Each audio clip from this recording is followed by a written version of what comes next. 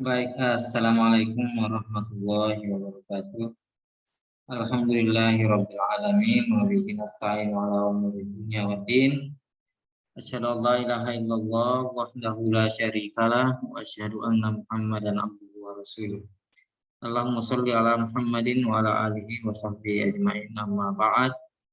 Eh, Kembali kita eh, melanjutkan perkuliahan kita dengan mata kuliah fikih muamalat ya.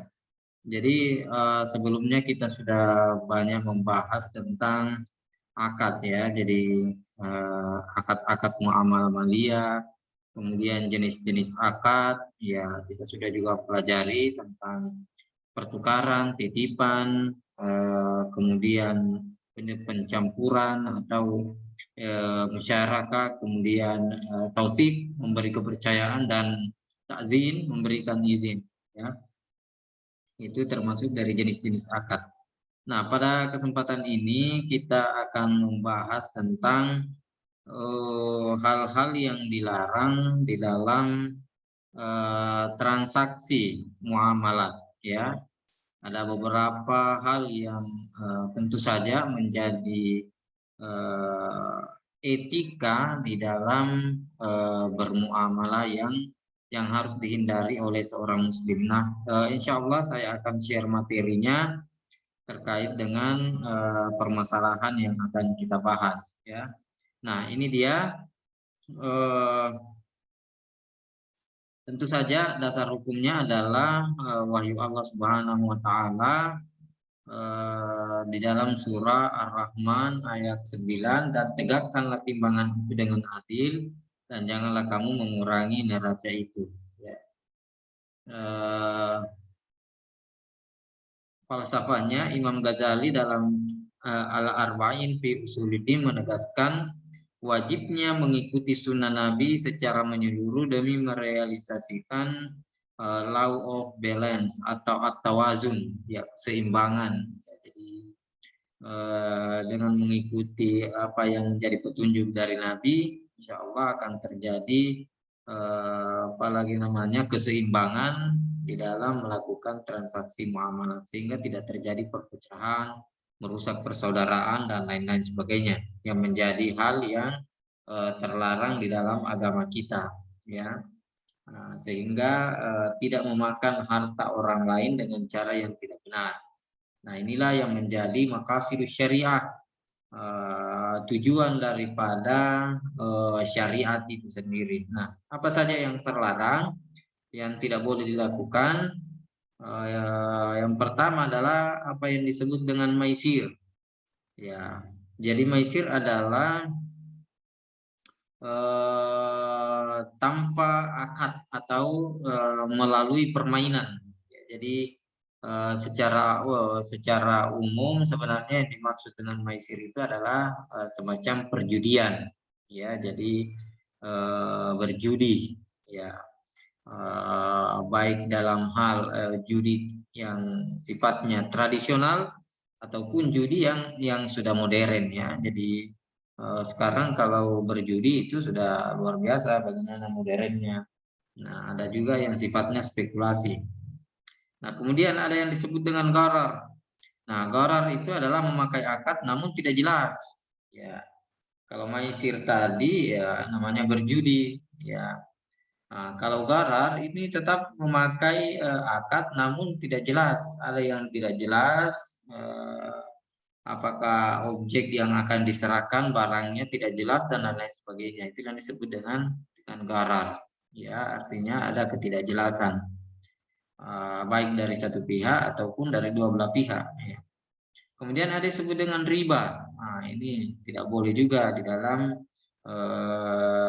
ekonomi Islam ya, dalam muamalat. Nah, yaitu yang dimaksud dengan riba secara bahasa adalah tambahan yang menzalimi orang lain ya.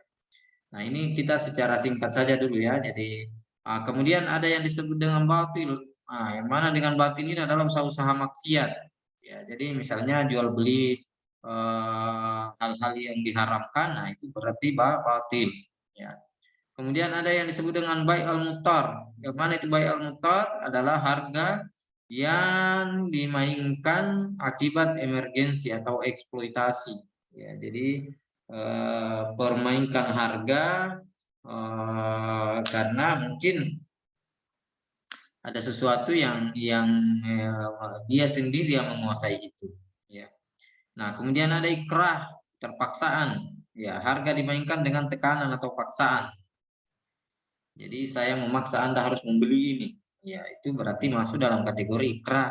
Orang yang membeli bisa saja dia membeli, tetapi kan dia dalam keadaan terpaksa. Ya. Nah, ini juga tidak dibenarkan. Kemudian ada yang disebut dengan gaben. Gaben itu adalah overpricing. Jadi menjual harga yang terlalu sangat tinggi. Ya, yang berlipat-lipat dari harga belinya. Ya, itu yang disebut dengan gaben. Ya, tentu saja ini terkait dengan apalagi namanya apa yang disebut dengan biaya ya. Jadi dia menjual sesuatu yang jauh di atas biayanya. Padahal misalnya biayanya tidak seberapa, tapi dia apalagi namanya meng-up ya harga dengan sangat tinggi. Ya, gaben. Ya, najas. Ya, apa yang disebut dengan najas adalah permainan harga melalui berpura-pura menawar. Ya, jadi dia pura-pura untuk menawar dengan harga tinggi supaya orang lain membeli sehingga orang lain itu menjadi tertipu. Ya, baik an-najas. Nah, ada yang disebut dengan ihtikar, penimbunan. Ya, jadi permainan harga dengan cara menimbun.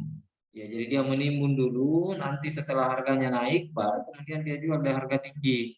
Ya, itu ihtikar. Nah, ada yang disebut dengan gish. Ya, adalah semacam penipuan. Ya, menyembunyikan informasi tentang barang atau jasa. Ya, jadi gish itu ya menipu juga, tetapi dia menyembunyikan informasi tentang barangnya, ada aibnya, ada cacatnya, tapi dia tidak menyampaikan itu kepada pihak pembeli. Nah, itulah yang disebut dengan gish. Nah, ada tadlis. Ya, yang dimana dimaksud dengan tadlis adalah mengambil keuntungan dengan cara mencampur aduk. Ya, jadi misalnya beras, ada beras yang baik, ada beras yang buruk, itu kemudian dicampur aduk, baru kemudian dia jual. Ya. Nah, itu yang disebut dengan tadlis tanpa menjelaskan bahwa ini adalah barang yang dicampur dari beberapa apalagi namanya beberapa barang, misalnya beberapa beras, jenis beras yang dicampur menjadi satu, kemudian dia jual. Nah, tetapi dia tidak apalagi namanya tidak menjelaskan itu atau mencampur aduk antara barang-barang yang lain ya dengan mungkin kualitas yang berbeda. Itulah yang disebut dengan tadlis. Jadi orang lain tidak tahu. Nah, inilah apalagi namanya hal-hal yang tidak dibenarkan di dalam usaha-usaha